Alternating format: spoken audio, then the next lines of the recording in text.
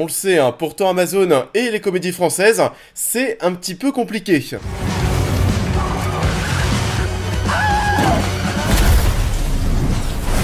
Wouah, la dinguerie! Bonjour à tous, et bien écoutez, j'espère que tout le monde va bien. On se retrouve aujourd'hui pour parler du nouveau film de Franck Gastambide, Medellin. Franck Gastambide qui a dû traverser les frontières pour nous servir ce nouveau long métrage qui arrive sur Prime. Et puisque l'on parle de ça, oui, n'oubliez pas que le plaisir de découvrir d'autres univers vidéoludiques, lui aussi ne connaît pas de frontières. C'est pourquoi aujourd'hui je vous parle de G2A, le partenaire de la vidéo. G2A est un marché numérique spécialisé dans les produits vidéoludiques, c'est un marketplace. Il s'agit d'un site de mise en relation entre d'un côté des vendeurs et de l'autre ceux qui achètent. Qu'est-ce qui est à vendre ici? Principalement des clés pour jouer à des jeux, et ça pour des plateformes telles que Steam, Origin ou Xbox par exemple. Et ce qui va différencier G2A des autres boutiques traditionnelles, ce sont ses prix qui sont bien plus bas tout au long de l'année. On le sait aujourd'hui, se procurer un jeu vidéo ça peut coûter assez cher, 70-80 € par exemple. Et c'est pas étonnant de vouloir faire de bonnes affaires, et G2A tombe à pic, parce que oui, les prix défient toute concurrence. Et en cette belle période qui débarque avec ce joli soleil dehors, c'est bientôt l'été, G2A souhaite aussi ensoleiller votre quotidien. On est là pour répandre la passion et l'amour du jeu vidéo. Nous fêtons donc la diversité sur G2A, l'inclusivité. Que vous soyez un homme, une femme, une mamie, un enfant ou même un chien, tout le monde a le droit de jouer. C'est pourquoi vous avez accès en ce moment à une offre sur le site qui vous permettra de partager votre plaisir. Un article acheté, le second à moins 15%. Il y a beaucoup de choses, comme d'habitude, qui sont mises en place pour vous permettre d'accéder aux meilleures opportunités au meilleur prix. Et vous avez l'occasion de trouver les liens qui vous renverront vers le site pour profiter de toutes ces offres en description de vidéo. Donc n'hésitez pas à découvrir G2A. Ok, thank you. Il est mieux le tien. Il a un viseur de le tien, il a ça, il est mieux. T'as vu en échange, bah viens, donne-le marron. Fucking game, come on, man. Donc, alors, Medellin sur Prime. Alors déjà, bon, Franck Gastambide, c'est vrai que je le porte pas non plus dans mon cœur, mais je le déteste pas non plus. J'imagine que beaucoup de personnes pensent ça, parce que c'est vrai qu'à l'époque, son Taxi 5, bon bah c'est vrai que je l'avais pas très bien accueilli, je l'avais un petit peu défoncé sur YouTube. Je suis pas fan de ses films et de son humour en règle générale, mais par contre, sa série validée, ça j'avais surkiffé. Plus la saison 1 que la seconde, même si la seconde pour moi était aussi très bien. On sait pas d'ailleurs encore s'il y aura une troisième saison. Mais du coup oui, Franck Gastambide qui nous offre quelque chose de plus sérieux, qui bosse sur un univers qui le passionne, en l'occurrence la musique urbaine, et bah de manière surprenante, ça fonctionne, c'est très loin de ce qu'il fait généralement au cinéma. On restait sur validé, donc je me suis laissé tenter par son nouveau projet, et bon, même si, comme il le dit, c'est le film le plus mature qu'il ait fait, on n'est pas sur les Kaira ou Pattaya, mais ça reste un film de Gastambide. Et on parle de quoi ici? C'est une histoire où un jeune youtubeur Pablito, fan de Pablo Escobar, file à Medellin. Il va se faire enlever et du coup son grand frère interprété par Ramzi va décider de monter une équipe pour aller le chercher en Colombie. Et sans surprise, il n'y a rien de dingue.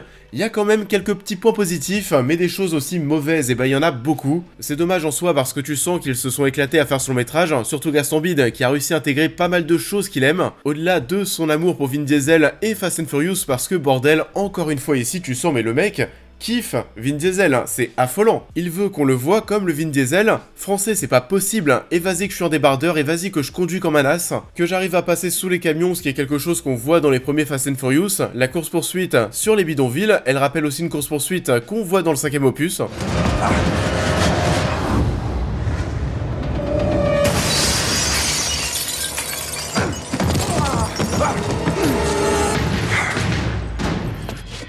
Enfin voilà, tu vois les parallèles, tu vois quelles sont les références de Gastambide. Il y a un petit côté aussi Very Bad Trip au début. Et c'est aussi un gros fan de sport de combat. Il y a des caméos en début d'œuvre, dont celui d'un gros combattant français de MMA. On essaye de faire partager le délire aux copains. Par contre, ça, grâce à la puissance d'Amazon, c'est un très gros coup. Mike Tyson dans Medellin, waouh, quand même.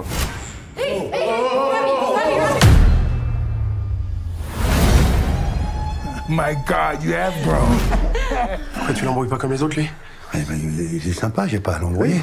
Et ça oui, c'est forcément un giga rêve de gosse. Imagine, t'es fan de sport de combat, on te donne l'opportunité de faire un film à l'autre bout du monde, et on arrive à te choper Mike Tyson, dont t'étais forcément fan. Je sais pas, si t'aimes les sports de combat, forcément Mike Tyson, je pense que t'appréciais. Et c'est dingue de le voir ici, c'est pris au jeu. Apparemment Mike Tyson, stressé sur le tournage, il connaissait mieux son texte que Ramzi. Il avait envie de bien faire, et pourquoi? Parce qu'il n'est pas là que pour un caméo. on profite de la présence de Mike Tyson pour lui offrir quand même un rôle, je vais pas dire un rôle secondaire parce qu'on le voit vraiment, regardez, un petit peu à la fin, mais quand même, on le voit, il n'est pas là simplement de passage, c'est assez stylé, et on a d'autres acteurs internationaux, la fille qui joue Marissa, il y a même l'acteur qui joue Tuco dans Breaking Bad, et Better Call Saul, il est là pour jouer le méchant de l'histoire, là aussi c'est très cool de l'avoir, par contre, ce qui est dommage, c'est que son personnage de bad guy, bon bah voilà, c'est vraiment tout ce qu'il y a de plus classique, de plus lisse, il n'y a pas grand chose autour de cette personne, mais sinon ouais, il y avait vraiment de quoi s'éclater, t'es sur un truc à bon budget, avec tes potes, à l'autre bout du monde, avec des acteurs internationaux et Mike Tyson, c'est plutôt cool, non? Après oui, ce qui est embêtant, c'est que ça n'élève pas forcément le long métrage sur tous les points. Oui, l'ambiance colombienne avec les bidonvilles, etc. ça fonctionne. On arrive à trouver ça crédible. On essaye de croire aussi, vous savez, ce que nous vendait Gaston Bide, cette tonalité plus sérieuse. Malheureusement, il y a de l'humour, et de l'humour tout le temps quasiment, parce que c'est vrai que j'ai pas rigolé devant le film. L'humour pas très bien senti. Et ça c'est vrai, c'est pas drôle à aucun moment. C'est comme ça, et en vrai, au cinéma, t'as tout le temps, vous savez, au moins des gens dans la salle de cinéma à côté de toi qui ont le rire un petit peu plus facile. T'as des gens qui rigolent, même si c'est pas drôle, ça te permet d'être toujours un petit peu raccroché au délire.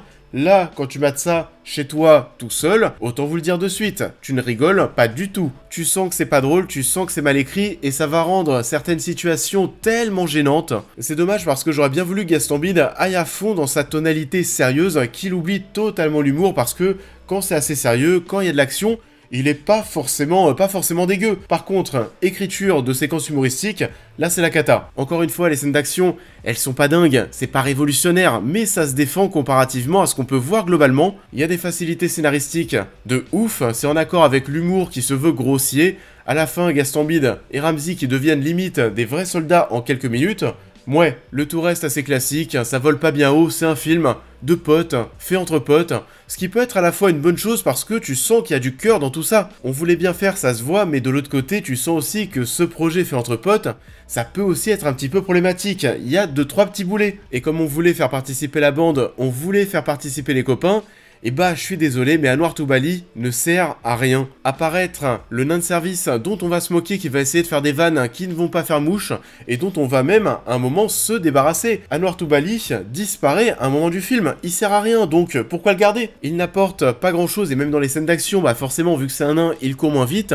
On est vraiment sur le boulet. C'est dommage à mon sens de ne pas avoir pu réussir à lui offrir un meilleur rôle, que ce soit pour lui et pour le film. Ramzy fait du Ramzy, on a un final un peu too much autour de son personnage, et des messages comme quoi vouloir faire du buzz sur les réseaux coûte que coûte, ça ne sert à rien, etc. Que ça ne sert à rien d'iconiser des méchants, et ça c'est très dommage, parce qu'on en parle vraiment à la fin et ça dure mais quelques secondes, c'est 2 répliques, mais ça aurait pu être des vraies thématiques dans cette histoire et on n'en fait vraiment rien. C'est 2 phrases, comme je le disais à la fin, qui sont balancées, on laisse vraiment ça en surface, c'est dommage. On n'en fait absolument rien du tout, c'est regrettable, parce qu'on aurait pu faire quelque chose de moins oubliable au global, donc...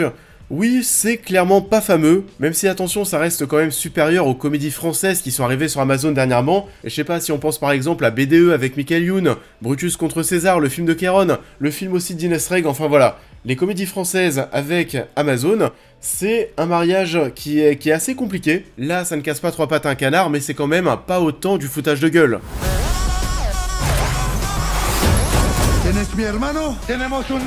C'est quoi ce bordel? On est complètement parti en couille là. Et vous l'avez donc compris, rien de ouf dans ce Medellin, à part la présence de certains noms au casting assez étonnants. L'humour ne fonctionne pas lorsqu'il est présent, on est quand même face à un film de Gaston Bide qui se prend plus au sérieux. Les scènes d'action sont acceptables, mais perso, j'ai surtout hâte de le voir nous proposer une nouvelle saison de Validé. Ouais, Reda, Viens tout de suite. L'enlèvement de ce jeune influenceur par des hommes du cartel de Medellin. Tu vas me laisser aller seul sauver la vie de mon petit frère? Ça en est tout pour cette vidéo, j'espère qu'elle vous aura plu comme d'habitude, je vous invite à la liker, à la partager, à me dire en commentaire ce que vous avez pensé de l'œuvre en question, à vous abonner, à me suivre sur l'intégralité de mes réseaux pour toutes les news et réactions à l'actualité, mais aussi à devenir membre soutien si vous souhaitez soutenir mon travail. Et on va se retrouver très vite sur la chaîne pour cette prochaine critique. Back up! Oh, I thought we were boys! You want it? Come and get it! You brought a human here. I'm nobody. I ain't even seen nothing. I'm not even seeing anything right now. Et on va se retrouver la semaine prochaine pour parler d'un film qui me fait assez peur, on va pas se mentir. Pourquoi ça? Parce que j'avais détesté le dernier Transformers. Par contre, le film Bumblebee, j'avais trouvé ça plutôt pas mal, donc bah on verra. J'ai pas d'attente particulière, ça me permettra très certainement de ne pas être déçu. On verra ce que ça donne encore une fois. Je vous souhaite à tous un très bon week-end et je vous dis à très vite.